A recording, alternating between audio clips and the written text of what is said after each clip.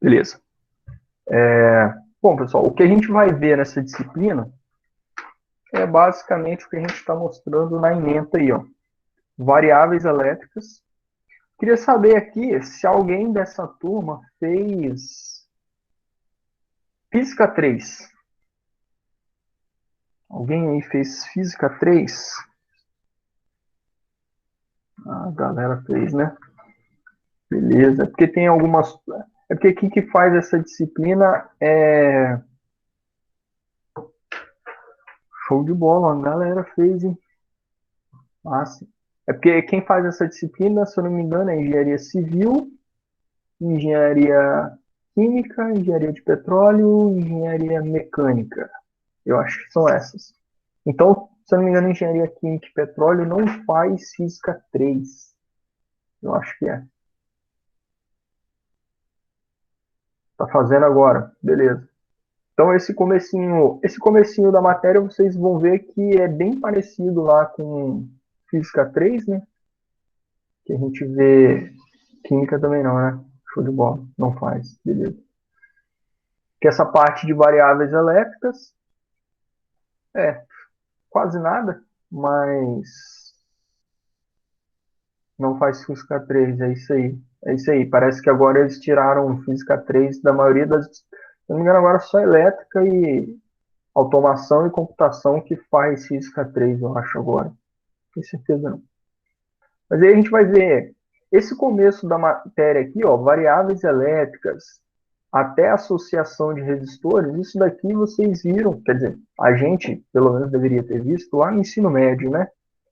Que é tensão, corrente, potência, associar resistores em série, em paralelo, até aí normalmente é dado no ensino médio, né? Cai até no vestibular e tal. Então essa primeira parte aí, e é dado em Física 3 também, se eu não me engano. Pelo menos quando eu fiz, tinha lá em Física 3 até capacitores. Mas, então essa primeira partezinha aí é bem tranquilo, a gente vai ver aqui para dar uma relembrada. Depois a gente trabalha alguns conceitos para resolver circuitos elétricos, né, algumas técnicas como lei de Kirchhoff e outras, né, técnicas para analisar circuitos elétricos.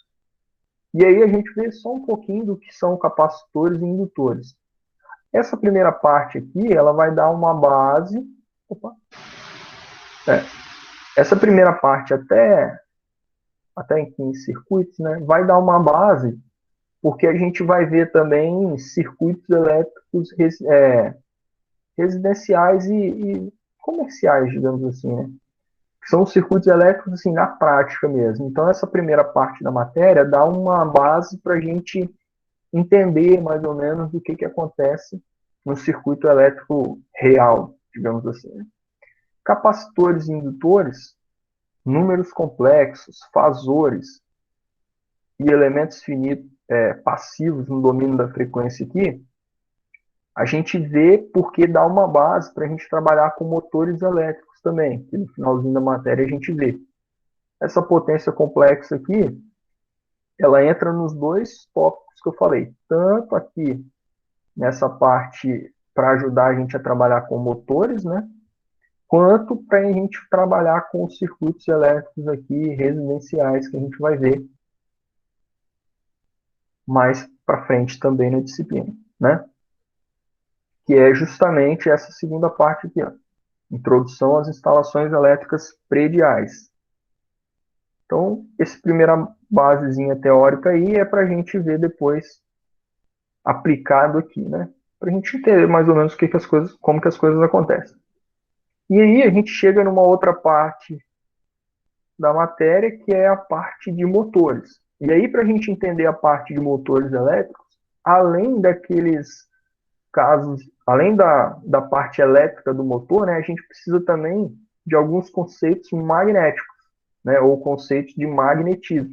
Então, por isso que a gente tem aqui uma introdução também ao magnetismo, né, que eu provavelmente vocês viram em Física 3 também, quem fez. E a gente fala um pouquinho também de geração, transmissão e distribuição de energia elétrica, fala um pouquinho sobre a função de um transformador e como que é o seu funcionamento. E aí sim a gente chega lá, né, no princípio de motor e gerador, e a gente vê um pouquinho sobre como dimensionar motores e geradores. E como que se lê uma placa de um motor elétrico, né? Quais são as informações que tem na placa de um motor elétrico? Para o caso da gente precisar substituir o motor elétrico ou algo do tipo. Beleza?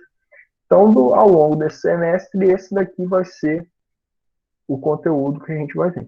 Ok? E como que está dividido, né, mais ou menos ali, é basicamente aquela ementa dividido em tópicos aí para gente. Ok? Bom, como que a nossa disciplina vai ser avaliada, né? A gente vai ter aqui 3 provinhas, P1, P2 e P3. Eu pretendo, pessoal, ao longo do semestre, dar alguns exercícios durante a aula e pedir para vocês resolverem e me enviar. E aqueles laboratórios que eu falei com vocês, né, que vai ser simulado, a gente também vai compor uma partezinha da nossa nota aí.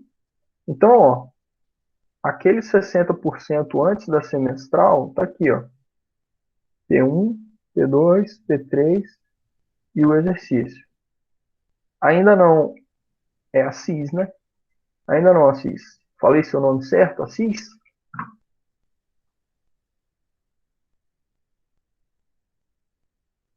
Aziz. Tá, ok. Beleza, eu vi que era meio diferente aí. Aziz. Ok. Ainda não escrevi vocês, mas ainda irei escrevê-los. Provavelmente depois dessa aula aqui. Beleza? É porque eu gosto de esperar um pouquinho, porque sempre está entrando um novo aluno aí, né? Aí eu, depois da primeira aula, eu inscrevo vocês. Por nada. Desculpa aí pelo nome. E, pessoal, a gente tem aqueles 40% que normalmente é aquele exame semestral lá que a gente faz, uma única prova e tal. Sim, vai ser simulado, mas vai ser. Não, vocês não vão precisar instalar nada, não. Vai ser via. Vai ser online. Tem o sitezinho que simula o circuito e tal. Vou mostrar para vocês daqui a pouquinho mais para frente aqui.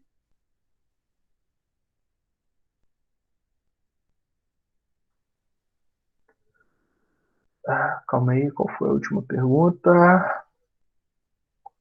Ô Silas, eu não costumo criar não, cara, porque eu respondo e-mail muito rápido, cara. Então, eu concentro tudo no e-mail, porque aí eu concentro todas as disciplinas lá, entendeu? Não ficou uma bagunça na minha cabeça aqui para eu gerenciar, então eu prefiro concentrar no e-mail. Mas normalmente eu respondo no mesmo dia, a não ser que você mande um e-mail 3 horas da manhã, né?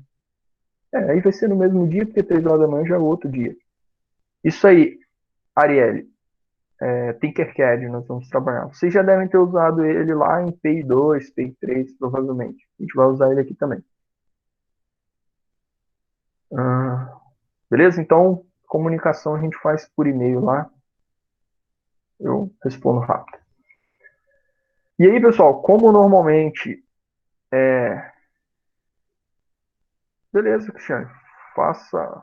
Para vocês é bom, né? Trocar informação lá é bom. Show de bola. O exame semestral, pessoal, eu resolvi dividi-lo assim, ó.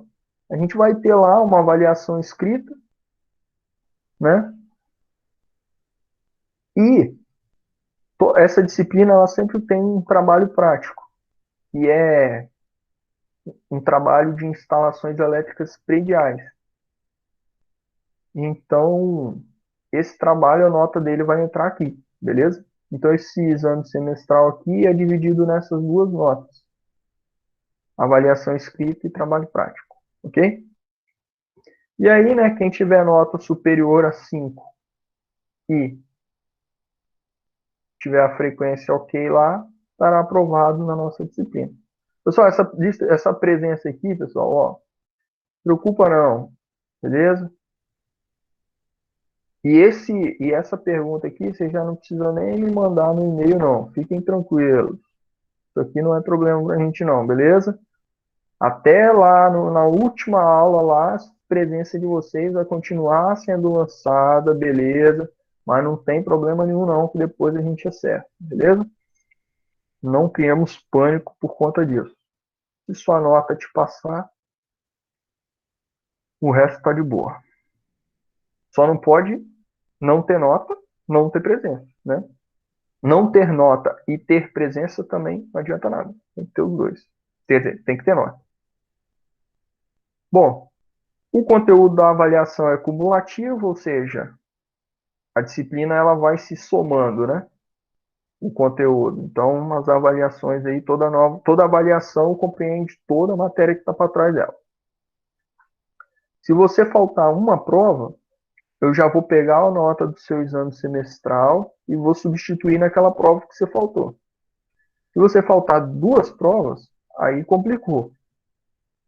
Pode ser que lá no final do semestre eu dê uma avaliação substitutiva, mas vai depender da gente ter tempo e tudo isso.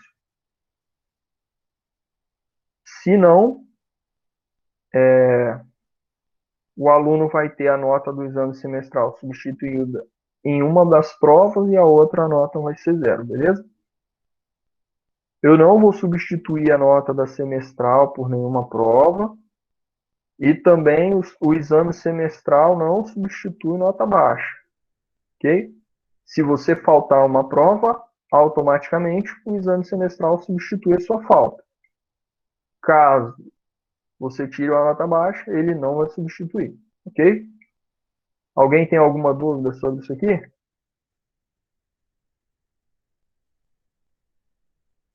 Não, tudo certo, professor. Show, valeu, Luiz. Beleza. Pessoal, quando eu fizer essa pergunta assim, mesmo que a resposta for não, é importante vocês responderem, tá? Porque senão eu vou achar que eu tô falando sozinho aqui. Beleza? Obrigado aí pela resposta. Então tá aqui, né? Já tá lá lançado no Web Aluno. E essas datas aqui, pessoal, ó, P1, P2 e P3, você já pode botar na sua agenda aí que serão nessas datas, ok? Essa nota de exercício mais o laboratório está nessa data aqui porque é a data que eu pretendo lançar ela no sistema acadêmico. Mas aí todo exercício que for para entregar, eu vou falar o prazo dele, tá? E o exame semestral, ele está aqui, essa data vai ser o exame, aquela avaliação escrita do exame semestral, tá bom? Então essa data e essa data não irão mudar, a princípio, a não ser que tenhamos um fato extraordinário aí. Beleza? Os nossos laboratórios, né, como está esse GIF nos mostrando aí, serão feitos utilizando o Tinkercad. Tem seus pontos negativos, porque vocês não vão colocar a mão na massa lá, vocês não vão queimar nenhum resistor para dar aquele cheirinho de ampere no laboratório, vocês não vão fechar nenhum curto e fazer faísquinha em cima do protoboard, isso é chato, né? Não ter esse tipo de coisa. Mas tem a vantagem de você continuar tendo ali a prática, né? E sem esses danos todos, né? Que acaba sendo um ponto positivo também. Beleza? Então, quando a gente usa o ambiente simulado, a gente evita o professor fazer esse tipo de besteira aí, ó. Né? Isso é um ponto positivo, né? E a gente evita o aluno fazer esse tipo de besteira, né?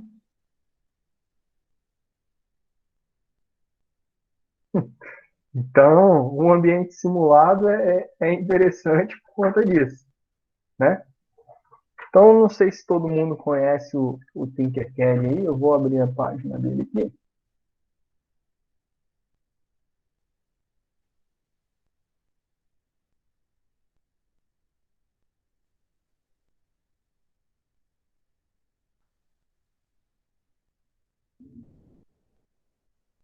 Puta, como é que é cheirar ácido?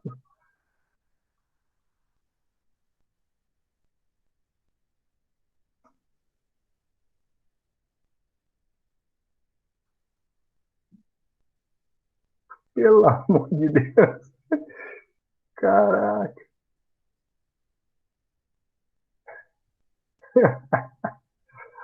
Rapaz. É, que bom então que nós vamos salvar o CL de um incêndio, então, né? Caramba. Peraí que eu tô carregando a página aqui.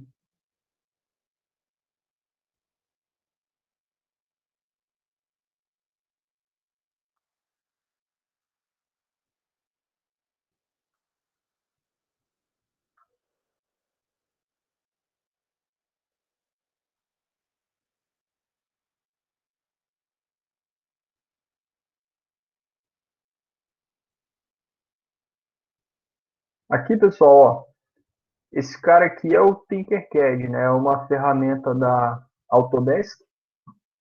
E aí a gente vai trabalhar utilizando essa parte de circuitos aqui, né? E aí aqui a gente tem todos os elementos que a gente consegue simular todos os laboratórios aí que a gente vai precisar desenvolver na nossa disciplina, ok? Então, é bem tranquilo, tem um monte de vídeo aí na internet, no YouTube, de como utilizar e tal, tem todos os componentes aqui que a gente vai precisar. E é um ambiente seguro, né? Caramba. Então a gente vai usar esse cara aqui para fazer as nossas simulações, beleza? Aí quando a gente tiver a aula de laboratório, eu vou explicar para vocês das ferramentas que a gente vai utilizar dele, né, e tal, e aí eu vou passar um overview para todo mundo aí de como utilizá-lo. Mas aí quando a gente estiver nessa aula de laboratório, a gente vê isso daí, ok? Aqui está a nossa bibliografia. Basicamente, tudo vem desse livro. Quer dizer, a parte de circuitos elétricos vem desse livro aqui. A parte de magnetismo e motores vem desse livro aqui. Ok? Exercícios, exemplos, tudo é desses dois livros aí. Na, na biblioteca virtual tem esse livro aqui, oitava edição, se eu não me engano.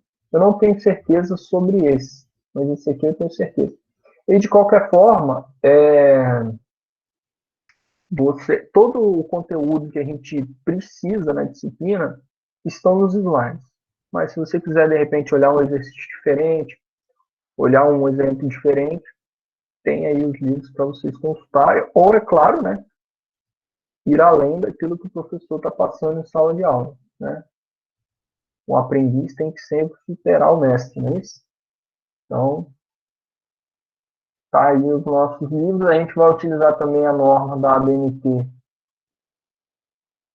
em relação às instalações elétricas, tá? Então, é tudo baseado na norma, né? Então a gente coloca ela aí. E aí tem algumas outras biografias complementares para a nossa disciplina, ok? Alguém tem alguma dúvida?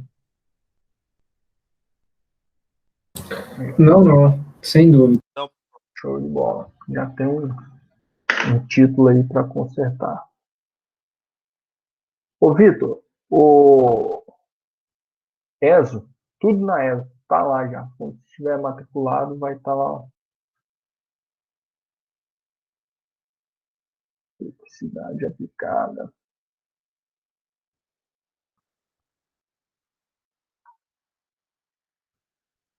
Bom, por que que vocês, engenheiros químicos, engenheiro de petróleo, de mecânico, civil, têm que estudar eletricidade, né? Pô, não tem nada a ver. muitos alunos pensam, né? Poxa, não tem nada a ver com o meu curso. Tanto é que eu pego direto nas avaliações de professor lá, o comentário do aluno é assim, tire da grade. Não precisa ter na grade de tal curso, não sei o quê. Mas, pessoal, eletricidade é super importante, né? Aí tem uns exemplos aí no slide de alguns sistemas elétricos, né? Bom, a telecomunicação, né? A possibilidade de estarmos aqui agora tendo essa aula remota, né? É graças à eletricidade. É claro que a gente não vai ver nessa disciplina, a gente não vai chegar nesse nível da coisa, né? Mas, enfim, a eletricidade está no nosso meio aí, por exemplo, em sistemas de comunicação. Eu vou dar vários exemplos aí de sistemas que utilizam como base, né, eletricidade, mas eu acho que o exemplo prático ele é a melhor forma de da gente perceber a importância disso. Um exemplo que eu gosto de citar é como eu falei lá atrás, né? Eu comecei a trabalhar na UCL como estagiário lá em 2010, quando eles estavam construindo aquele prédio do bloco didático ali, né? E eu vim estagiar na UCL justamente para trabalhar no projeto elétrico da, daquele prédio. E quem era o meu supervisor na época era justamente o engenheiro civil, que era quem tomava conta da obra e tomava conta também da execução na parte elétrica, né? Foi contratado, claro, uma empresa especializada, né, em projetos elétricos para fazer o projeto, mas o engenheiro civil que estava gerenciando a obra por parte da UCL, tinha também a empresa contratada, né, para execução da obra, que tinha os seus engenheiros lá, mas o engenheiro da UCL, que era quem geria toda a obra, era um engenheiro civil. Um engenheiro civil que também ia gerenciar um projeto elétrico, né, a execução de um projeto elétrico. Então, ele tinha que ter noção, né, vocês como engenheiros civil, nesse caso, né, tem que ter noção dessa parte de elétrica. Tanto é que, além de eletricidade, vocês fazem lá a disciplina de instalações, né? Eu acho que é esse o nome, não tenho certeza. Pode colocar aí no chat quem tiver essa informação, que é onde você vê, além de instalações hidráulicas, né? Você vê também um pouquinho de instalações elétricas lá. O engenheiro civil é um cara que tem que ter isso instalações prediais. Isso aí, valeu, sabe? Tem que ter isso daí é muito importante para ele, né?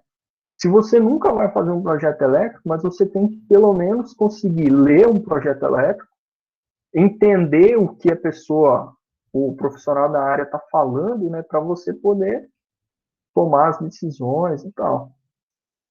E, e isso é super importante. Então, por isso que a gente tem que ver isso daqui.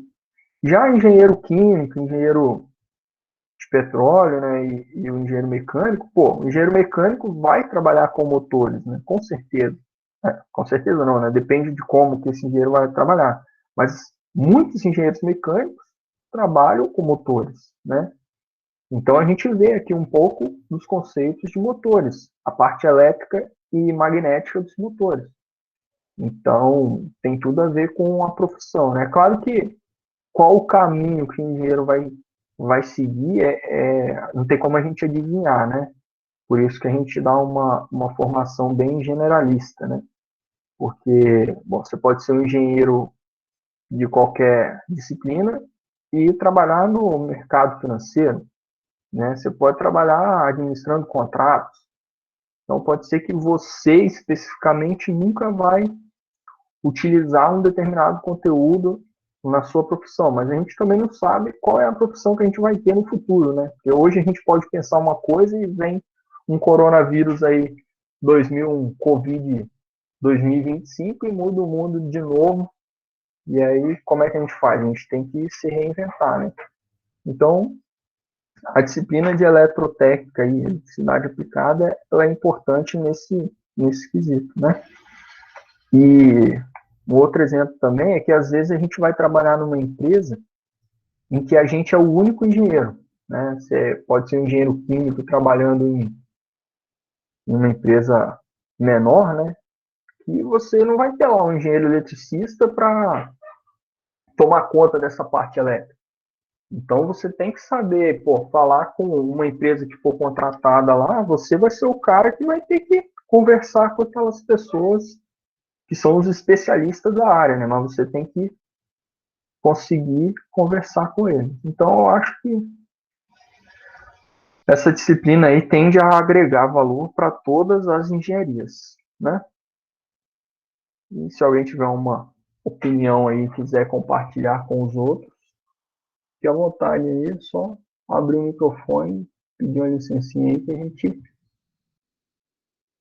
a gente está aberto a comentários, beleza? Bom, então temos os sistemas de comunicação, né, os sistemas de computação aí, que é, de novo, é aquilo que a gente está usando para ter essa aula agora, né? Tudo que está acontecendo no nosso computador, no nosso smartphone ali, é baseado em sinais elétricos, né? A gente troca informações entre processador, memória, HD, através de sinais elétricos. Controle, né, quando a gente tem um determinado processo industrial que a gente precise controlar,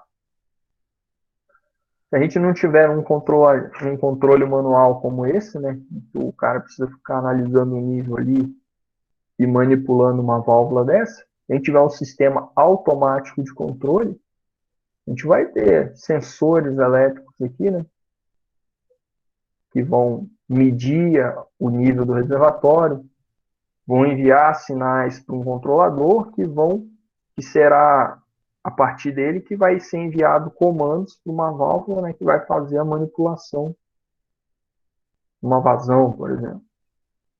Então, tem muito engenheiro mecânico aí que trabalha com manutenção de válvulas, né? Tem várias empresas de menor porte aí que são especializadas em válvulas, seja elétrica, eletropneumática, válvulas de controle, válvulas de segurança, né? Então tem muito engenheiro mecânico aí que trabalha nessa área. E essas válvulas, a maioria delas, tem ali um acionamento, né, um sinal de controle, que é um sinal elétrico. Então alguma coisinha de eletricidade tem nessa válvula também, né? Sistema elétrico de potência, né, é um outro exemplo forte aí.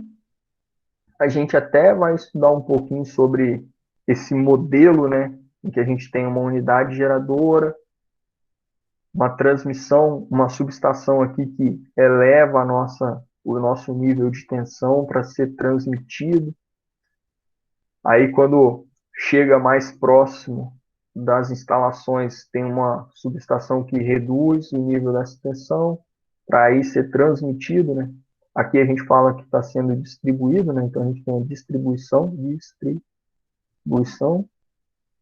perdão. Aqui está sendo transmitido, né? As linhas de transmissão. E aqui, como está mais perto, a gente tem as distribuidoras, como é o caso da EDP, por exemplo. A energia elétrica está sendo distribuída, né? Então a gente vai ver melhor um pouquinho depois esse modelo aqui do nosso sistema elétrico de potência, né? Conhecido como CEP. E além desses grandes sistemas, a gente tem também hoje em dia muito em alta a parte de smart grid, né? Que é você ter a sua própria geração através de painéis fotovoltaicos ou a partir de outra forma de geração aí, como geradores eólicos ou a partir de biomassa, né? Então, é outro exemplo aí de onde a gente vê a eletricidade sendo aplicada, né? no nosso corpo também, né? Movimento, o próprio sistema de visão do ser humano, tudo isso a gente consegue ter essas percepções a partir de sinais elétricos também, né? Quando a gente move um membro da gente, o que a gente está fazendo é enviando impulsos elétricos para o músculo, né, que se contrai, e aí a gente consegue executar movimento. O sinal do olho, ele, a partir da retina, de uma imagem que a gente enxerga, né, ele vai para o cérebro também a partir de um sinal elétrico. Os próprios sinapses, né, que ocorrem no cérebro são sinais elétricos, né? Então tudo isso é eletricidade aplicada. Bom, já vindo agora um pouquinho para nosso... Pessoal, até aí uma dúvida, alguma coisa? Todo mundo, vocês ainda estão me ouvindo? Então Sim, aí, tudo tranquilo até o momento. show, valeu Henrique, beleza. Tirando os que estão dormindo, a galera, o resto tá aí, né? Pessoal, outra coisa, pô, tem gente que abre a sala e vai ver novela, sei lá. Mano, não precisa ficar aí não, velho. Você pode sair, não tem problema nenhum não, tá, pessoal? Teve um dia que eu abri a sala aqui e dei a aula, beleza? Quando eu não dou stop na gravação, ela fica gravando até a última pessoa sair da sala, né? Pô, teve um dia que a aula foi parar de gravar, era 3 horas da manhã, velho. Porque saiu todo mundo, ficou um aluno na sala. Pô, 3 horas da manhã, ele deve ter acordado. Pô, tipo, foi meio que o sentimento que eu tive não foi do aluno que entrou na sala e saiu. Eu fiquei assim, pô, minha aula devia estar chata com força, né? Porque o aluno saiu, né, tipo, dormiu durante a aula e acordou lá 3 horas da manhã. Tava a aula, ele foi lá e saiu. Pode ser também. E eu pensando mal do aluno, né, Giovanni? Caraca, que sacanagem. Verdade. Não tinha pensado nisso. Vou até voltar lá e falar com o aluno que, pô, vou dar os parabéns para ele. Vou até aumentar a nota dele, eu acho. Deixa eu ver. Giovanni tá perguntando aí. Ô, Giovanni, eu falei no iniciozinho, cara. A ideia é a seguinte: é fazer um intervalo normal, tá? E dividir como se tivesse duas aulas. Só hoje que eu vou tocar direto, porque eu devo acabar aí no máximo às 8h45, por aí, porque é a primeira aula, então eu vou pegar leve com vocês hoje, tá? Mas nos outros dias eu pretendo dar um intervalinho aí pra gente dar uma respirada, jogar uma água na cara aí. Pessoal, eu tento dar minha aula assim, do melhor jeito possível, sacou? Se vocês tiverem uma ideia aí para a aula não ser tão monótona, ainda mais que às vezes vocês não vão estar me vendo aí. E o que é mais doido é que vocês não estão me vendo e eu faço mímica para tentar explicar a matéria, entendeu? Então, tem um probleminha no meu cérebro aí também que eu tenho que ajustar. Mas, como a gente sabe que às vezes pode ser muito maçante a aula dessa forma aqui, se vocês tiverem qualquer ideia aí que possa melhorar a minha aula, vocês podem ficar à vontade para me mandar, seja durante a aula, seja por e-mail depois, falar, pô, professor, sua aula tá uma bosta. Desculpa a palavra aí, mas vocês vão ver que eu vou xingar também durante a aula aí, eu não consigo me conter. Mas você pode mandar por e-mail lá depois, beleza? Não tem essa não, a gente tenta melhorar sempre. Não deixa pra você me descascar lá na avaliação não, pô, senão lá não tem como eu fazer mais nada, né, pessoal? Pô, se falar durante a disciplina eu posso melhorar, se você falar lá eu só vou poder melhorar pro próximo semestre. Se você estiver aqui comigo de novo no próximo semestre, show de bola, mas não é o que a gente quer, né? Então, qualquer coisa que você pense aí que possa melhorar nossas aulas, por favor, fiquem à vontade para dar o pitaco de vocês. Enfim, onde é que eu estava? Ah, lembrei. A gente vai... Calma aí que Eu abri um parênteses aí para falar dessas coisas e perdi o fio da meada. Isso acontece também. Tá, eu estava dando exemplos aqui, né, e falei que agora a gente vai começar a definir um pouco algumas coisas que a gente vai usar daqui para frente na nossa disciplina, ok? Então, a primeira coisa que a gente vai definir, né, é o circuito elétrico. Diabos é o circuito elétrico. Bom, de acordo com a definição que a gente encontra aí nos livros, é um modelo matemático que vai se comportar aproximadamente. Isso aqui, ó, vocês verão. Eu não sei se é no primeiro ou no segundo laboratório de vocês, que esse aproximadamente aqui é realmente aproximado, né? Ou seja, dependendo de algumas ponderações que a gente faz, a gente considera aquele circuito elétrico um modelo muito aproximado do nosso sistema real. Mas se a gente não fizer as devidas ponderações, né, as devidas considerações, esse sistema ele pode ser um circuito elétrico, mas ele não vai se comportar nada parecido com o sistema real, ok? Então a gente tem que modelar matematicamente os nossos problemas para que eles sejam o mais próximo possível de um sistema elétrico real, beleza? Então, quais são as premissas para a gente trabalhar, né, com essa teoria de circuitos? Primeiro, os efeitos elétricos eles vão acontecer de forma instantânea. Se a gente está aqui no na nossa casa, né, por exemplo, estou aqui no quarto apresentando para vocês, se eu vou no interruptor ali e aperto ele para apagar a luz apaga praticamente instantâneo, né? É de forma instantânea, a gente nem percebe que houve um delay ali. Até porque a velocidade da luz, quer dizer, a velocidade com que os elétrons se movem no interior do condutor ali é muito rápida. Então, no momento que você desliga o circuito, ou que você liga de volta o circuito, esse tempo ele é imperceptível para a gente. Então, esse efeito instantâneo é o que a gente vai considerar. É uma das premissas que a gente considera para trabalhar com circuitos elétricos, né? A gente sabe, por exemplo, que se você tem lá uma linha de distribuição de energia de transmissão de energia elétrica, interligando, por exemplo, Itaipu lá no Itaipu fica no Paraná, acho que é, né? Enfim, Itaipu que fica lá embaixo, lá no sul do Brasil, gerando energia elétrica. Isso aí. Se você existe uma linha de transmissão que interliga a usina lá de Itaipu até uma subestação em São Paulo. Na verdade, uma subestação lá em Itaipu até uma subestação em São Paulo.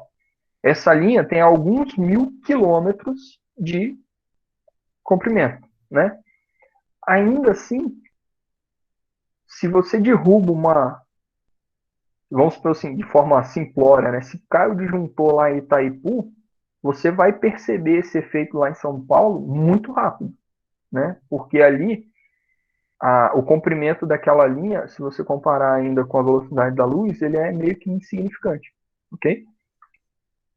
Então a gente pode considerar que os eventos acontecem de forma instantânea.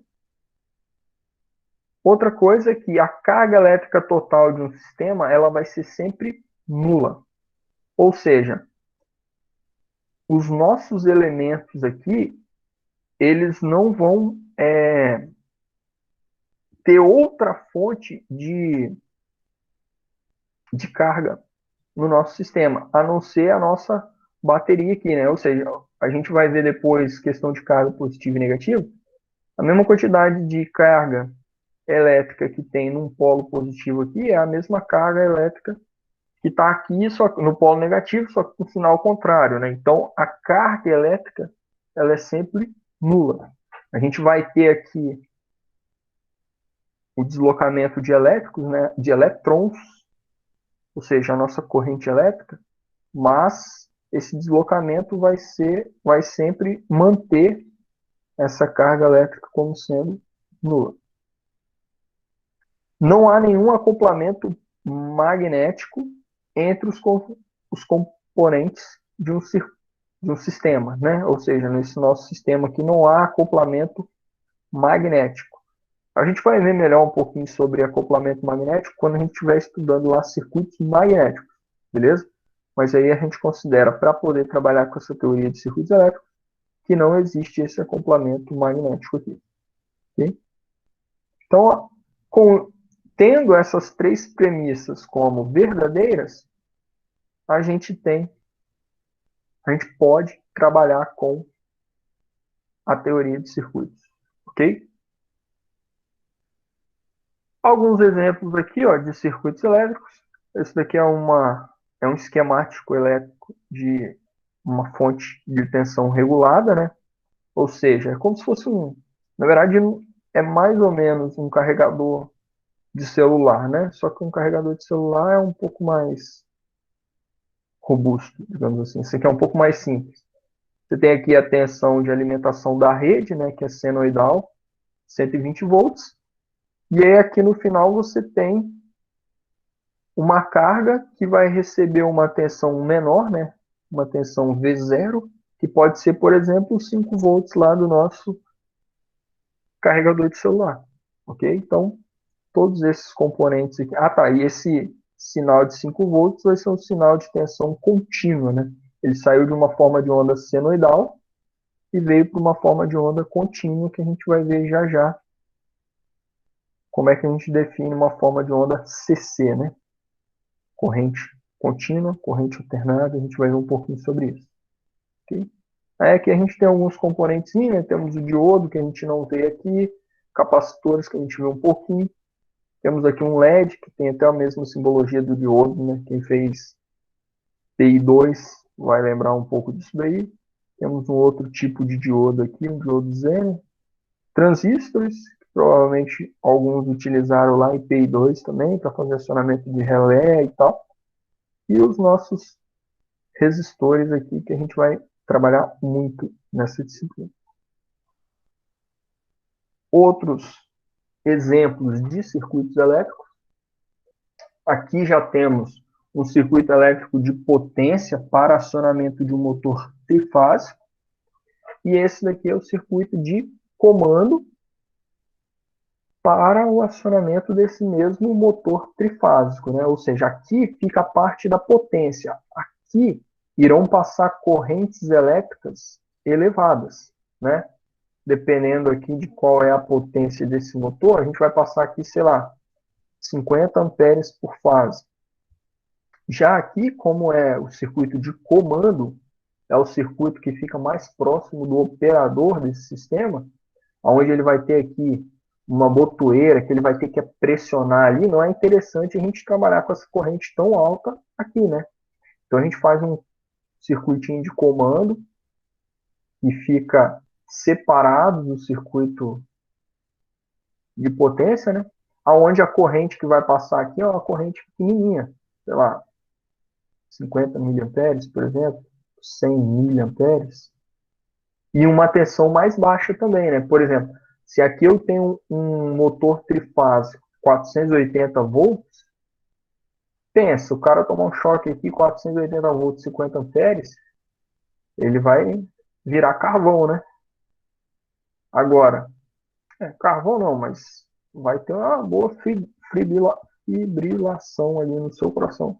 Agora aqui, se ele estiver trabalhando com 100 miliamperes, 24 volts, por exemplo, ele vai, no máximo, tomar um sustinho ali, dependendo, às vezes não vai nem sentir se ele fechar o curto aqui entre ele e o circuito, né? Então é mais segurança aí quando a gente tem esse circuito de comando. E a partir desse circuito de comando também, a gente pode fazer, por exemplo, a reversão desse motor, né? Ele está girando num lado, aí a gente cria um circuito de comando para fazer a reversão desse cara. Então, hora gira no sentido horário, hora gira no sentido anti-horário. Ok? Então, está aqui o circuito de comando. Então, são exemplos também de circuitos elétricos. Ok?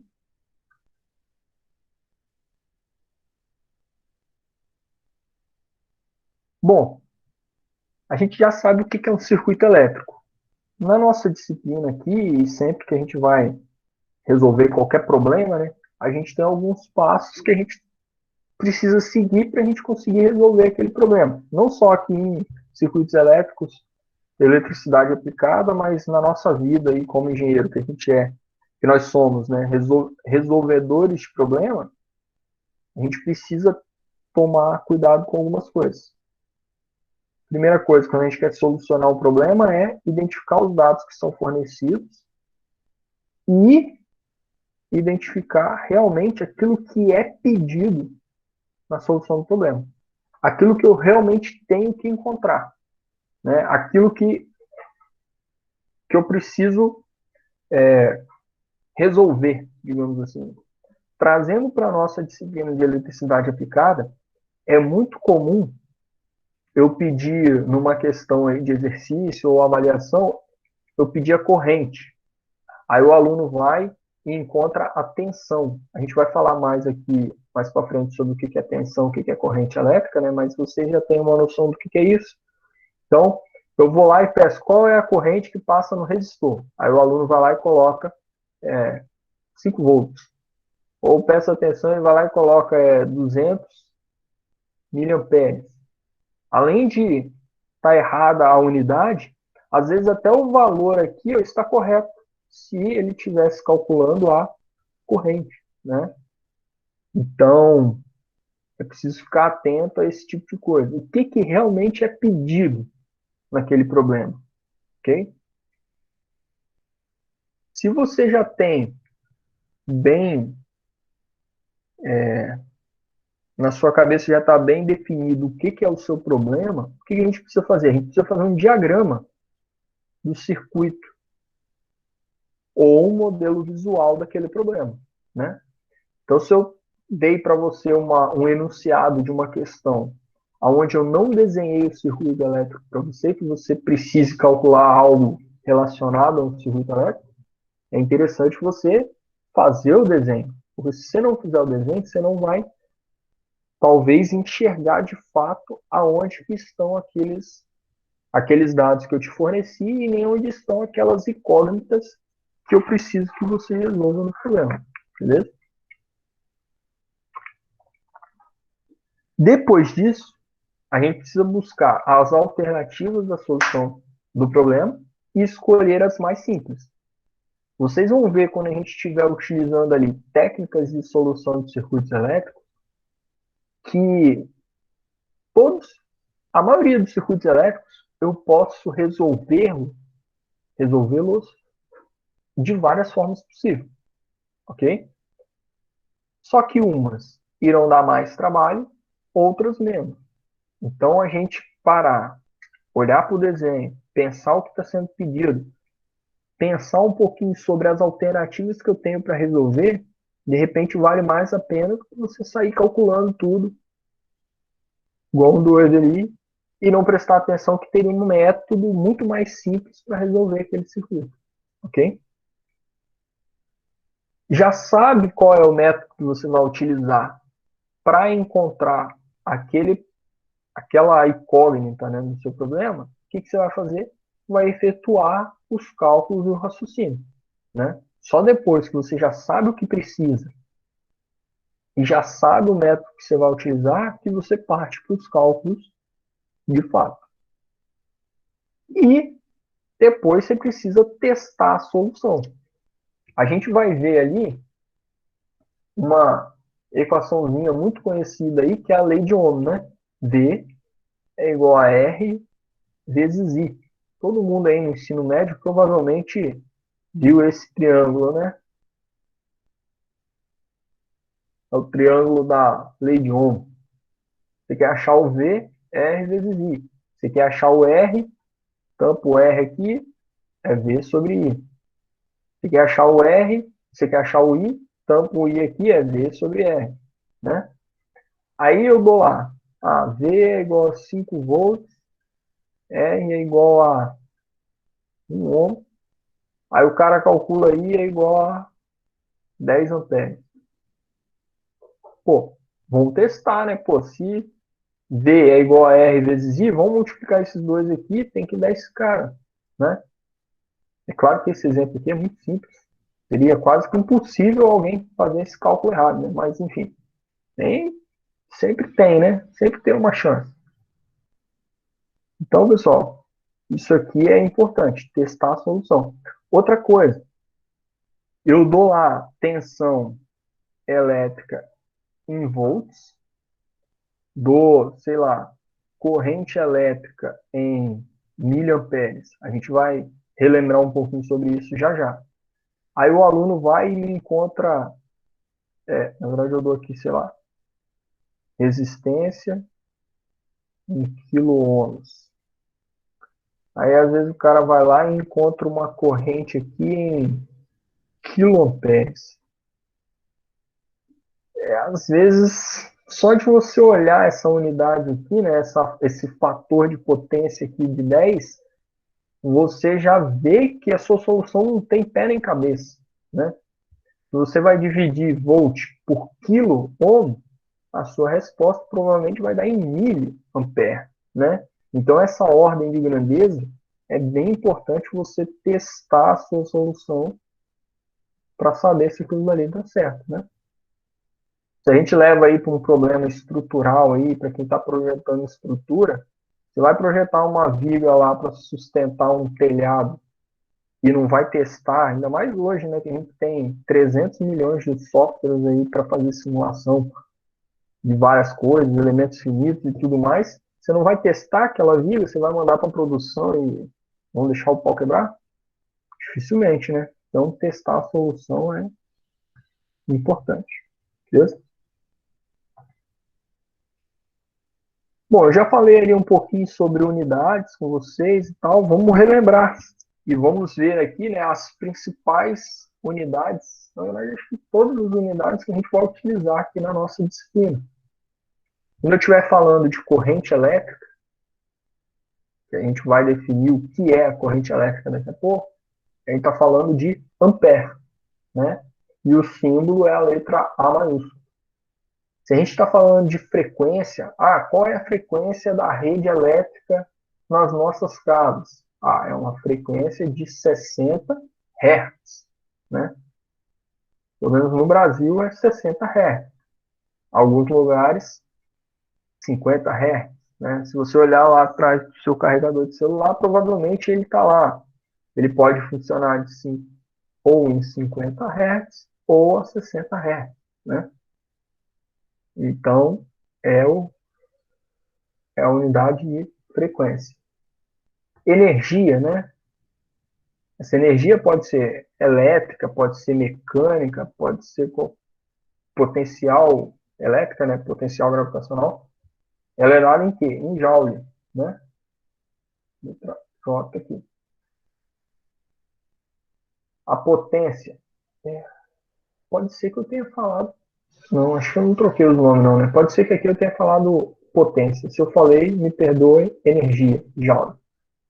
Potência, seja potência elétrica, potência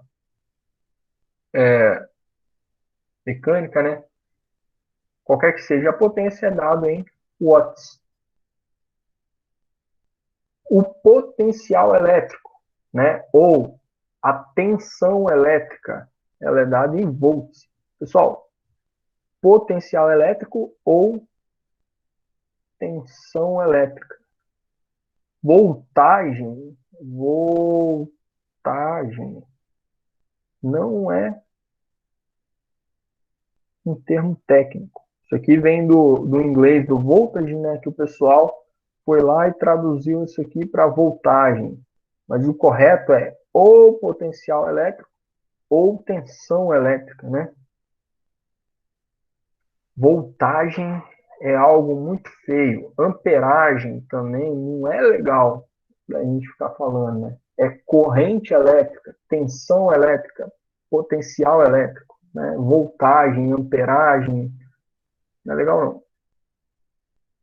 A letrinha dela aqui é V, né, de volts. A resistência elétrica, que é dado por ohms, né? Capacitância, que é o farad, a letra F. Indutância, que é o Henry, né? Dado pela letra H. Observe, frequência Hertz, Hz, né? Indutância Henry, apenas a letra H, ok? Isso aqui tudo em homenagem aos caras que foram descobrindo essas coisas, né? Faraday, o Henry, não sei lá das quantas, por aí vai. Uma outra coisa super importante aí, que eu já comentei um pouquinho também, é relacionado às potências de 10, né? Os prefixos que a gente utiliza para simbolizar as potências de 10. Por exemplo, eu tenho um resistor de 10 quiloohms, quer dizer que eu tenho 10 vezes 10 a terceira, 10 elevado à terceira ohms, né?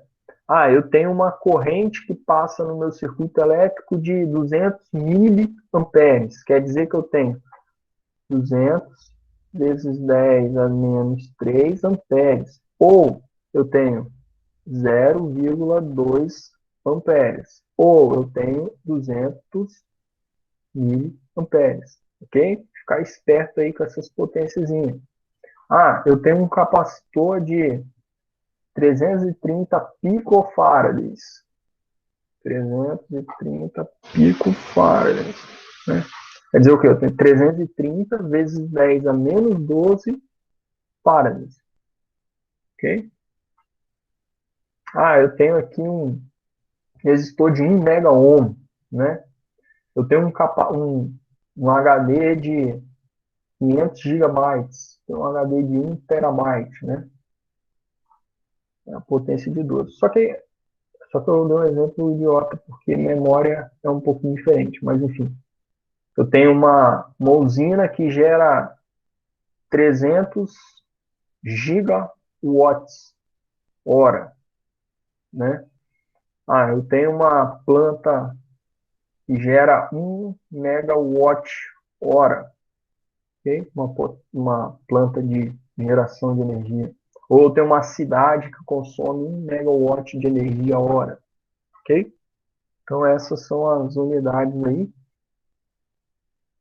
que a gente vai utilizar. Então, se você achar lá um cálculo de tensão, por exemplo, em que sua tensão deu 7 vezes 10 a nona, você já vai pensar, opa, peraí, será que tem alguma possibilidade de um circuito com uma fonte de tensão de 10 volts, um resistor aqui de 1K, outro resistor de 1K, será que tem alguma possibilidade dessa tensão aqui que eu vou chamar de V1 ser igual a 7 vezes 10 a nona volts? Pô, meio estranho, né? Ó, eu tenho V aqui, eu tenho só volts aqui, eu tenho aqui 1K, que é 10 elevado à terceira. Pô, será que tem alguma possibilidade da minha queda de tensão aqui ser gigavolts? É meio complexo, né? Chegar numa solução dessa. Então a gente precisa ficar atento a isso aí. Beleza? Alguma dúvida, pessoas?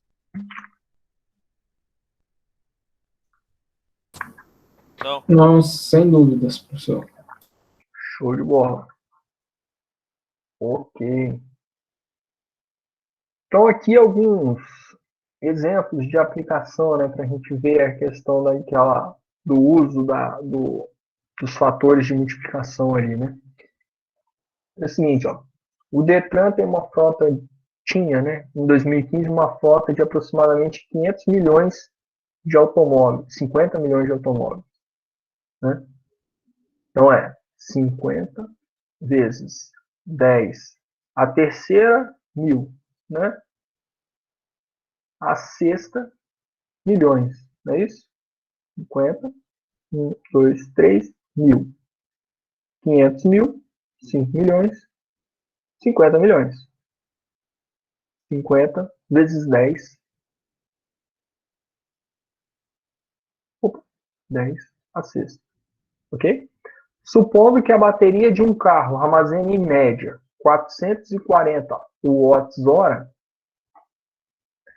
vamos estimar em gigawatt-hora, ou seja, em uma potência de 10 elevado à nona, qual vai ser a energia total armazenada nos carros brasileiros. Ok? Então isso aqui é importante, porque ele não só pediu para a gente estimar a energia total, ele pediu para a gente estimar a energia total em gigawatt-hora. E aí a gente viu no slide anterior aqui que giga é vezes 10 à nona. Ok? Então, se a gente utilizar esses dados aqui e já fizer essa multiplicação dessa forma aqui, ó, a gente vai ter os 50 vezes 10 à sexta multiplicado pelos 440. Okay? Quando eu fizer essa multiplicação aqui, eu estou sem minha calculadora, mas eu acho que vai dar 0, 40 aqui vai dar 20, 20, alguma coisa assim. Deixa eu pegar uma calculadora aqui.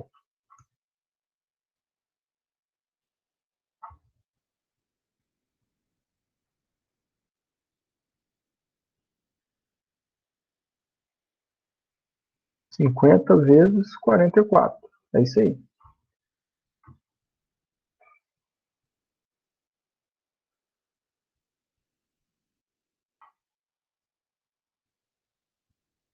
E 22.000 vezes 10 a sexta. Só que ele quer em gigawatt-hora, né? Então isso aqui é a mesma coisa que 22 vezes 10 a nona watt-hora. Ou, né, que é a forma como ele quer, 22 vezes 10 a nona gigawatt-hora. Okay? Mais para frente a gente vai falar melhor sobre essa unidade aqui, ó, gigawatt-hora, né?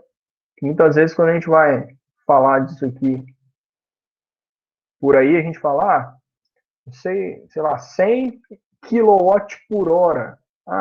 300 kW por hora. Na verdade não é por hora, né?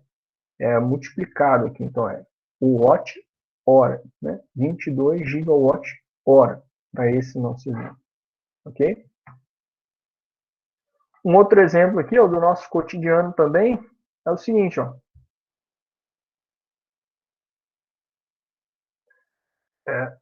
Então, Giovanni, seguinte, em watt-hora... Opa, desculpa. Sai daqui. 22. Foi mal. Obrigado aí. Isso em watt-hora. Isso em gigawatt-hora. Desculpa aí, pessoal. Falha minha. Um outro exemplo aqui, ó. Quando a gente tem um monitor, uma TV, que ela é Full HD, normalmente a resolução Full HD é essa daqui, né? 1920 por 1080. A gente fala lá que ela é 1080p, né? Elementos de imagem ou pixel. Então, uma imagem, a gente sabe, ela é composta lá por pixels, né? Quadradinhos lá, que vão assumir cada uma corzinha lá e vai formar depois a imagem. Então, uma resolução Full HD, uma imagem que é Full HD, ou se você tira uma foto em resolução Full HD, ela vai ter essa quantidade aí de pixels. Ela vai ter normalmente, né, na horizontal 1920, na vertical 1080 pixels, ok? Então, são elementos ali da minha imagem, é a menor unidade ali da minha imagem. Cada elemento desse daí da minha imagem, ou seja, cada pixel, ele vai conter 24 bits de informação. Sabendo que um byte corresponde a 8 bits, determinar quantos megabytes de memória são necessários para armazenar a informação contida em uma imagem. Aí, cada pixel desse da minha imagem, né, a gente tem as cores R, G, B, né? Como se a gente tivesse lá, quem fez PI2 aí deve lembrar. A gente tem um LED, né? Normalmente a gente tem um LED de uma única cor, mas a gente pode ter também um LED RGB, que aí com essas três cores a gente consegue formar qualquer cor, né? Então a gente tem, são as cores elementares aí, né? O vermelho, o verde e o azul. E aí, se a gente coloca um pouquinho mais de cor ou um pouquinho menos, a gente consegue, de uma cor ou outra, a gente consegue ter todas as cores. Então, quando a gente diz que a gente representa cada pixel com 24 bits, quer dizer que eu vou ter, para representar esse nível de cor, 8 bits. Para representar esse nível de cor, 8 bits. Para representar esse nível de cor, 8 bits. Ok? E aí eu consigo ter uma intensidade de 2 elevado a 8 aqui, que vai dar 256 intensidades de cores para cada pixel desse. Então, se cada uma das unidades de pixel aqui dessa imagem, deixa eu limpar isso aqui que está bem, está bem poluído aqui. Se cada uma dessas unidades aqui, ó, primeiro que eu já vou ter esse total aqui de unidades, né? Esse total de pixels, que vai ser 1920 vezes 1080. Isso daí, ó, vai dar 2.073.600 pixels. Então, uma foto que você tira nessa resolução, você vai ter essa quantidade de pixels, né? Aí agora pensa uma imagem, uma câmera, uma GoPro da vida, que filma a 60 frames por segundo. O que isso significa? Ela tira 60 fotos. Cadê meu mouse? Mouse, tá aqui. Ela tira 60 fotos por segundo. Cada foto tem essa quantidade de pixels. Olha a quantidade de pixels que ela processa em 1 segundo. É coisa com força, né? E aí a gente vai mais além, ó. Cada uma dessas unidades aqui possui 24 bits. Então ela vai processar isso vezes 24 por segundo de bits. É coisa com força, né? Tem um processamento gigantesco. Mas aqui eu já estou dando uma viajada, é porque eu trabalho com isso, visão computacional. E aí eu gosto de viajar nessas paradas. Mas vamos voltar para o exercício aqui. Foi mal, pessoal. A gente sabe que 1 byte tem 8 bits. Então, se a gente pegar esses 24 bits aqui, quantos bytes a gente vai ter? 3 bytes, né? E aí ele pergunta, quantos megabytes uma imagem, ou um frame, né? Uma imagem desse tamanho vai ter. Então, se eu fizer aqui, ó, essa quantidade de pixels, cada pixel tem 3 bytes. Então, eu vou multiplicar esse valor ali por 3, vai dar uma quantidade de 6.220.800 bytes. Ok?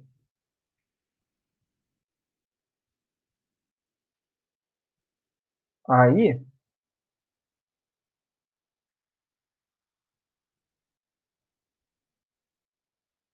a nossa...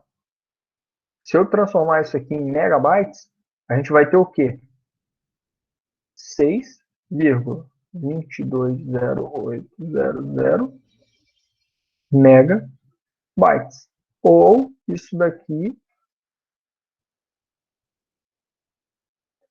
vezes 10 a sexta bytes, né? Trouxe a vírgula para cá. Ok? Trouxe a vírgula para cá. Tranquilo aí, pessoal? Professor, uma dúvida aqui. Matheus, meu nome. Pois não. Seria mais correto, não sei, é porque, na verdade, 1 megabyte seria 1024 kbytes, né? E não 1000. Isso, Então, exatamente. Você está completamente certo. Mas é porque aí a gente entra na potência de 2, né, Matheus? É exatamente entendi. isso. Sim, Se você pega 1 kilobyte, você não tem 1000 bytes, você tem 1024 bytes. sim. Aí se você pegar, você está completamente, está coberto de razão. Se você pega Uhum. depois 1 megabyte, você tem o quê? 1024 kilobytes, né? Sim. Então, se a gente estiver trabalhando com byte de memória, foi até por isso que eu falei aquela hora que eu não podia dar aquele exemplo de memória de HD e tal, porque é um pouco diferente. Se a gente for pegar isso daqui em megabyte realmente da memória, você teria em torno de 5 ponto qualquer coisa megabytes para cada É que eu fiz as contas aqui antes de você terminar, vi que deu 5,93, né? Exatamente, é isso aí. Entendi. Você está coberto de razão. Só que aqui como... É porque você tem... Eu esqueci o nome que se dá, mas você tem uma outra unidade que não é byte. É alguma coisa byte que aí é feito dessa forma aqui que eu fiz, entendeu? Esse exemplo aí ficou meio nas coxas, né? Então, entendi. para a gente Mas, ver assim, essa questão da potência. Mas você está certo. Se você estiver trabalhando com memória, é esse cálculo que você fez. Sim.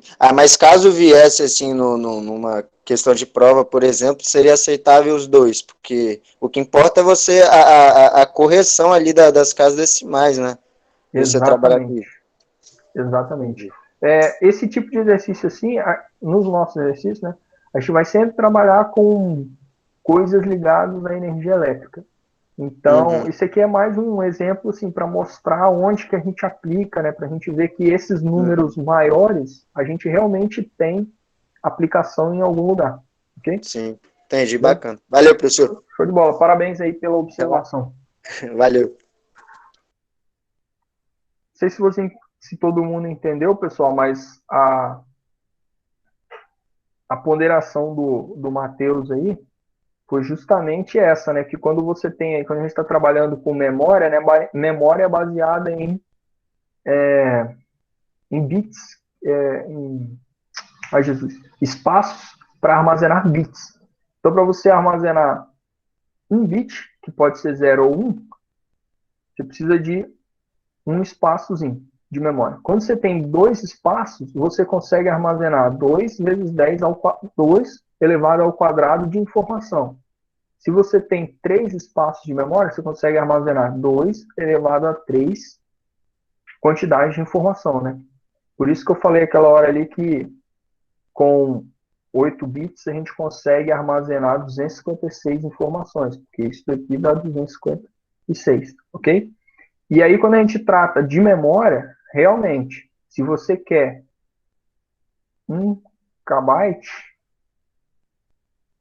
1 KB é 2 elevado a 10 de informação, né? Porque o 10 está aqui em cima na potência do 2. E aí isso daqui vai dar 1024 quantidades de informação. Ok? Esse exemplo aí não foi muito feliz, não, mas vocês entenderam a questão da potência de 10 aí. Ok? Bom, tem só mais uma apresentaçãozinha aqui para a gente continuar. Se alguém tiver qualquer observação aí, pode falar. Só para a gente terminar de definir as nossas grandezas elétricas hoje, para na aula que vem a gente já está com isso daí tudo afiado, ok? Deixa eu ver se tem uns comentários aqui, mas acho que só a galera falando que estava tranquilo, né? Isso, beleza. Bom, variáveis elétricas. A carga elétrica, né? Nossa o nosso objeto mais elementar, né? O que é uma carga elétrica? A gente sabe que vem lá dos átomos, né? É a partícula que a gente tem, a menor partícula que a gente tem, quer dizer, era a menor até uns anos atrás, não é mais, né?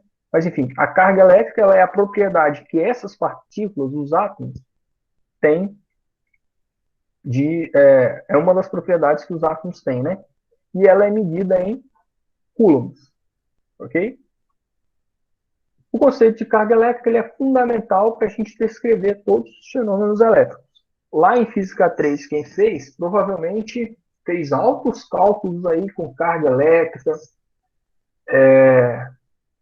1,6 vezes 10 a menos não sei quanto, né, que eu não lembro quanto que vale uma carga elétrica mais. Mas enfim, aqui a gente não vai precisar disso, a gente vai partir disso daí para frente.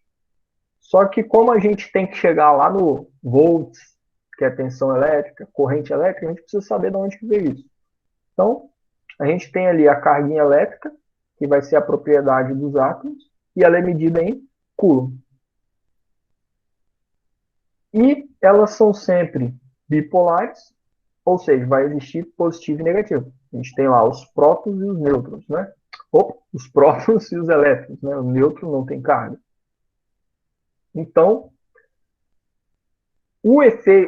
as outras variáveis, né, elas virão justamente dos efeitos elétricos causados a essas cargas elementares. Que a gente sabe que as cargas elétricas de mesma polaridade se repelem, seja positivo com positivo, negativo com negativo, e de polaridades opostas se atraem.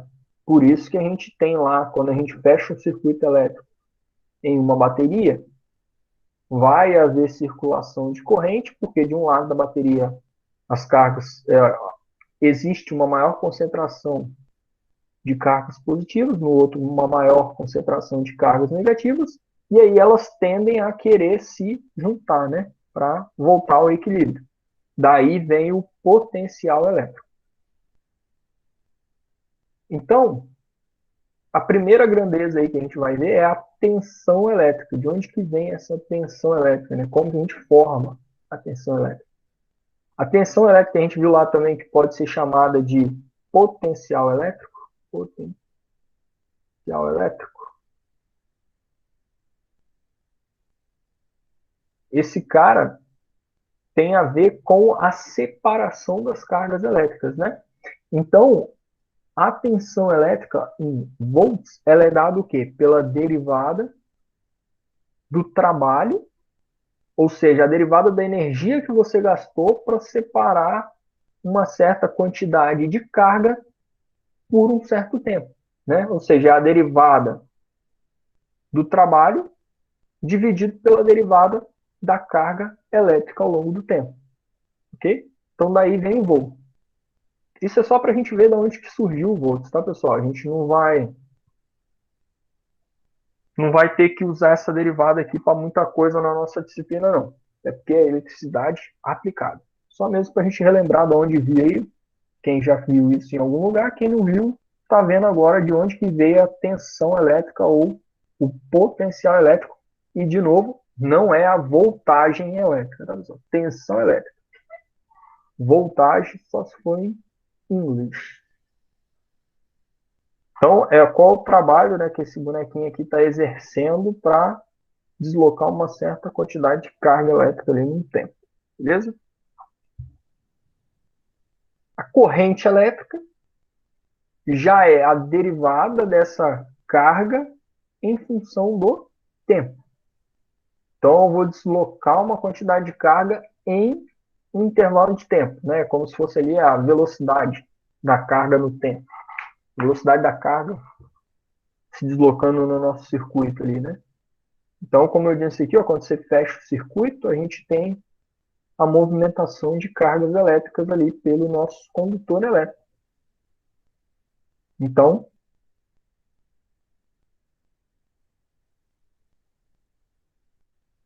a gente tem aqui uma transferência de carga, né? Porque aqui a gente tem um polo mais positivo que um polo negativo, foi aquilo que eu já falei antes.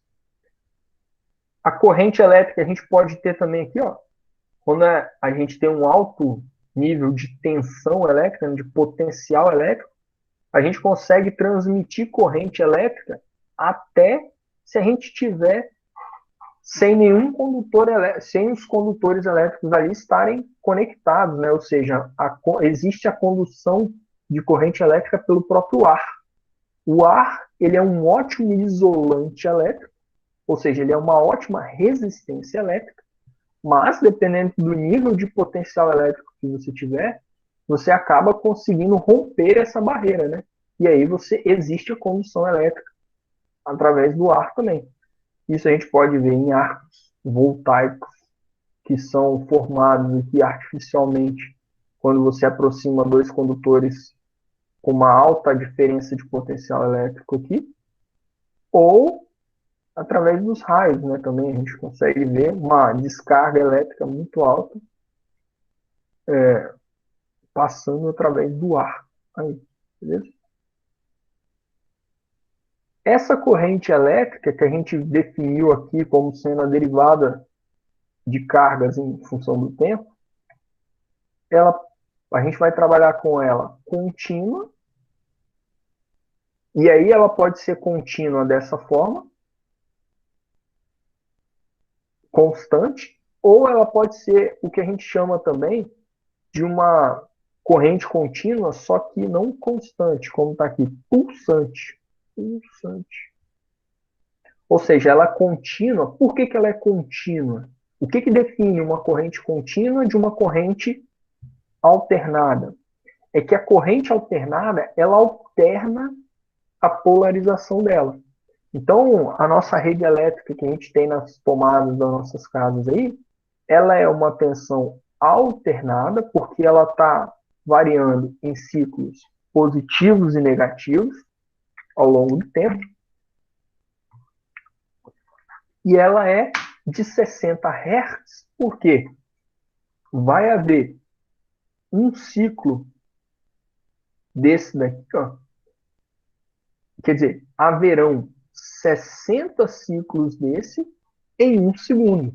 Por isso que a nossa tensão por isso que a gente diz que ela é 60 Hz, né? Uma tensão que é 50 Hz apenas, haverão 50 ciclos desse em 1 segundo. Ou seja, o período desse cara é 1 sobre 60 ou 1 sobre 50, né, segundos. Beleza? O tempo gasto para você dar uma volta completa aqui nesse ciclo. Então, isso é uma corrente alternada. Ela muda de polaridade ao longo do tempo. Uma tensão contínua, ela pode ser constante, nem mudar o seu valor, ou ela pode ser uma tensão constante, contínua, mas pulsante. Ela é sempre positiva. Ok? Professor, é o Davi. Deixa eu te perguntar. No caso, pilhas e baterias são correntes contínuas? Exatamente, corrente contínua. Ah, tá. Beleza. Beleza? Quando você vê ali na pilha, né, normalmente essas pilhas 2A, 1,5 volts, né, 1,5 volts contínuo. O nosso carregador de celular, por exemplo, o conceito dele é de uma tensão contínua, mas ela normalmente nem é. Calma. Ela é contínua, né? Porque para carregar a bateria do nosso celular tem que ser uma corrente contínua, tem que ser uma corrente CC. Mas ela é pulsante, só que ela pulsa muito, muito, muito rápido aqui. Ou seja, ela tem um período muito pequenininho, uma frequência muito elevada, que aí ela acaba também se comportando como se fosse uma tensão contínua e constante, ok? Mas a gente também, em equipamentos mais antigos, não sei quem aí já viu, né, aquelas fontes de alimentação gigantescas que eram pesadas, que você conecta direto na tomada ali, umas fontes mais antigas, daquelas televisões preto e branco, pequenininha, que normalmente o pessoal tinha na cozinha, de 8 polegadas, eu acho que nunca mais existiu. Aquelas fontes gigantescas lá, elas tinham uns transformadores pesados nela, né? E na saída daquela fonte, normalmente ela já tinha uma onda um pouco menos. Vai receber ainda, Edson. Receberá. Eu devo matriculá-los hoje ainda. Elas são correntes contínuas, pulsantes a 60 Hz, normalmente nessa forma que elas dão uma pulsadinha e voltam dessa forma assim. Beleza? Então a gente tem corrente contínua quando a gente tem somente uma polaridade. E corrente alternada quando a gente tem polaridades variantes com o tempo aí. Beleza? Aqui a gente tem o nosso primeiro elemento que a gente vai trabalhar circuitos com ele, que são os elementos básicos, e que a gente chama de básicos e ideal. Eles terão 2 terminais. Ele vai ser descrito entre tensão e corrente. Todo elemento de circuito elétrico, a gente pode descrevê-lo em termos da tensão e da corrente que passa por ele. Um resistor, ele é descrito em termos da tensão e da corrente que passa por ele. Okay? Um capacitor, um indutor aqui, vou colocar um indutor, né, que é aquela... Um indutor, ele é descrito em termos da corrente L, DI, DT, D. Você consegue descrever um indutor em termos da tensão e da corrente que passa por ele. Só que aqui a gente entra com uma derivada. Não é o nosso escopo por enquanto. Mas o elemento básico ideal, ele vai ser descrito sempre em termos da sua tensão e da corrente. Ok? Vai ter 2 terminais e ele vai ser o menor elemento do nosso sistema. Ou seja, a gente não vai conseguir dividir ele em outros elementos. Tá? Então esse é o nosso elemento básico ideal. Como que eu sei se um elemento está consumindo ou fornecendo potência elétrica, né? Como que eu sei se ele fornece ou consome potência elétrica? Bom, existe uma coisa chamada convenção passiva, e é aqui que a gente vai terminar a nossa aula de hoje. A convenção passiva, ela vai me dizer o seguinte: se o sentido de referência para a corrente em um elemento for o mesmo que o da queda de tensão, pessoal, esse termo aqui, ó, é super importante ao longo de todo o nosso curso. Queda de tensão. Fiquem com ele na cabeça aí. Então, ó, se o sentido de referência para a corrente em um determinado elemento for o mesmo que o da queda de tensão, no mesmo elemento, deve ser utilizado um sinal positivo na expressão que relaciona tensão e corrente. Ok? Caso contrário, deve ser considerado um sinal negativo. A gente já vai ver um exemplo sobre isso.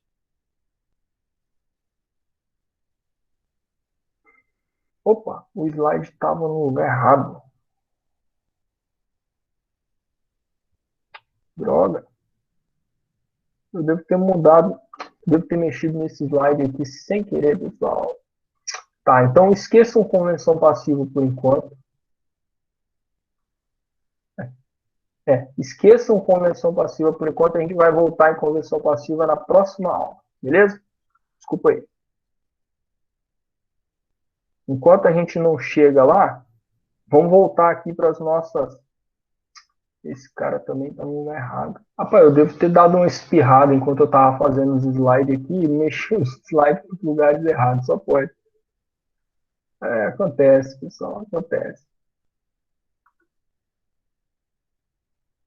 Não que eu esteja com coronavírus, tá, pessoal? Ou você espirra, todo mundo acha que está com coronavírus. Não é corona, não, tá, pessoal? Só alergia. Tá, a gente estava falando de tensão elétrica, corrente elétrica, né? Efeitos da quarentena. Pode ser, Isabelle.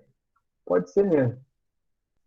A gente falou tensão elétrica, corrente elétrica. Vamos falar agora sobre energia elétrica, ok?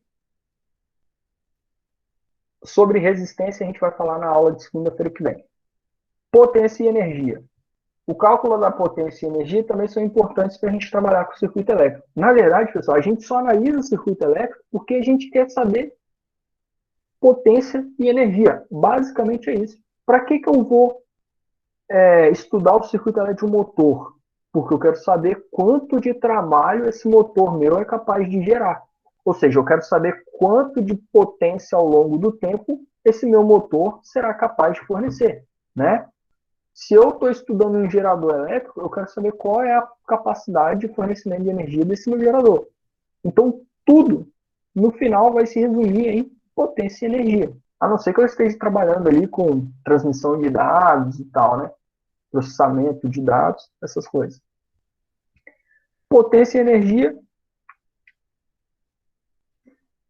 também é importante por quê? Porque os nossos equipamentos eles são limitados a quanto de potência eles são capazes de dissipar. Porque se eu ligar, deixa eu ver, o que a gente costuma ligar errado, né? Se eu pegar uma furadeira aí, vou fazer um serviço na minha casa aqui para furar alguma coisa, eu pego uma furadeira que é 127 volts e ligo ela na tomada 220 que eu tenho na minha casa. Por que queima, né? Porque a resistência elétrica dos enrolamentos daquele motor da furadeira, eles são preparados para dissipar uma determinada potência. Se você alimenta aquela resistência com 127 volts, você está dentro das especificações daquele cara. Se você liga em 220, a potência elétrica resultante que o seu circuito precisaria dissipar é muito maior. É quase o dobro, né? Na verdade, é raiz de 2 ali.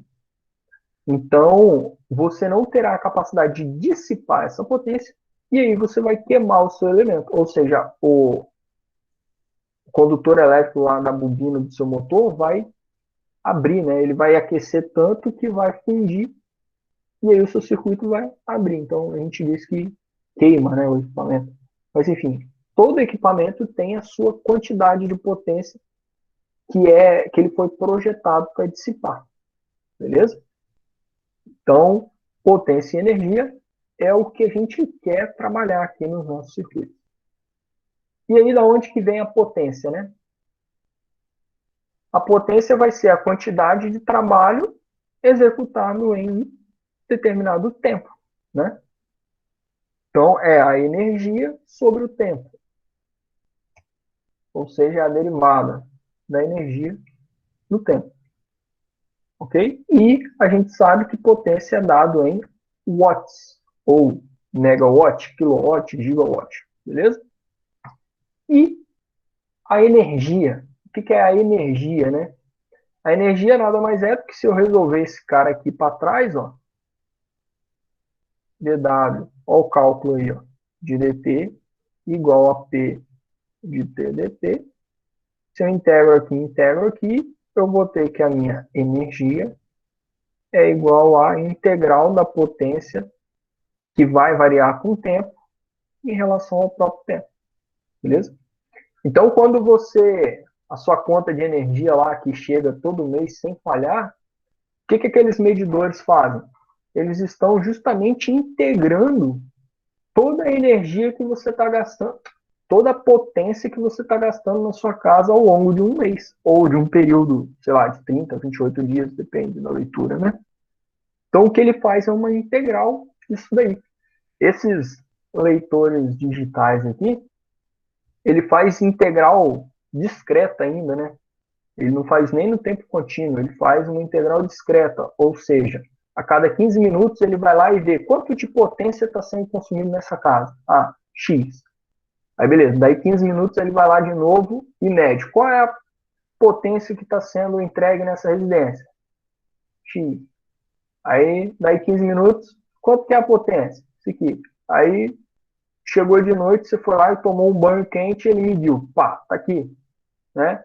E aí, depois, o que ele faz? Ele integra isso aqui ao longo do período, faz a somatória dessa potência aqui e vai te dar lá na sua conta quantos quilowatt-hora você consumiu aqui ao longo de um período de tempo.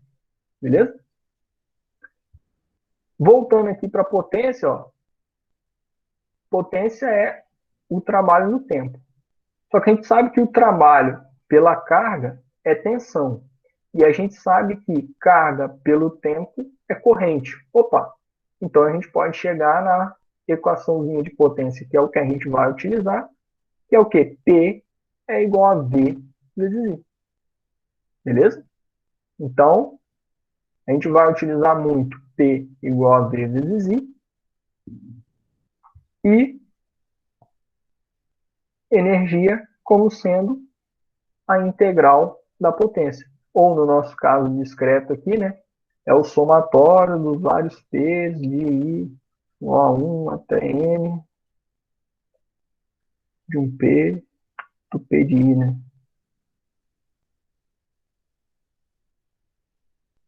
Certo?